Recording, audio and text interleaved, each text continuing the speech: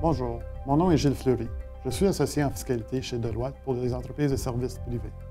Aujourd'hui, le 21 avril 2015, le ministre Oliver a déposé son budget fédéral et il ne composait aucune surprise. Le budget de 2015 prévoit le retour à l'équilibre budgétaire à la fin de l'exercice 2015-2016 avec un surplus de 1,4 milliard. De plus, le budget prévoit que le ratio de la dette fédérale au PIB atteindra 28 % à la fin de 2018 et atteindra 25 % à la fin de 2021. Le budget fédéral de 2015 comportait deux mesures importantes pour les individus. La première touchait le compte d'épargne libre d'impôt, connu sous le terme de CELI, et qui s'applique à partir de 2015. La contribution maximum passera de 5 500 à 10 000 $.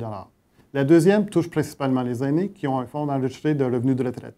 Le montant minimum de retrait sera diminué et permettra aux gens aînés de retirer l'argent pendant une période plus longue, atteignant l'âge de 95 ans. Ces deux mesures avaient été proposées par Deloitte au ministre des Finances. Le budget 2015 comporte aussi des mesures touchant les entreprises. La première est le taux d'imposition pour les petites entreprises. Le taux actuel est de 11 % et il passera à 9 %. Cette réduction sera faite graduellement à raison de 0,5 % par année et débutera le 1er janvier 2016. Le résultat de cette réduction affectera aussi les dividendes pour les individus et le taux des dividendes non déterminés sera ajouté pour tenir compte de cette déduction.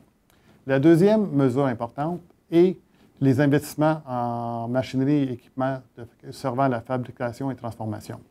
Il y aura une nouvelle clause d'allocation du coût en capital qui pourra permettre l'amortissement dégressif à 50 %. Cette mesure s'appliquera pour les acquisitions à partir de 2016. Le budget comportait aussi diverses mesures. Une de ces mesures touchait les organismes de bienfaisance.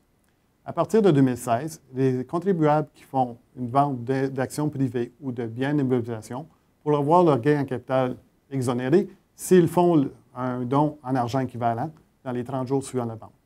Une deuxième mesure touche les employeurs non résidents qui ont des employés non résidents qui viennent travailler au Canada.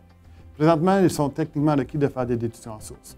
À partir de 2016, cette restriction ne s'appliquera pas si les employés sont au Canada pour moins de 90 jours. Finalement, nous pouvons conclure que ce budget était un budget sans surprise et qui était responsable au niveau fiscal. Merci.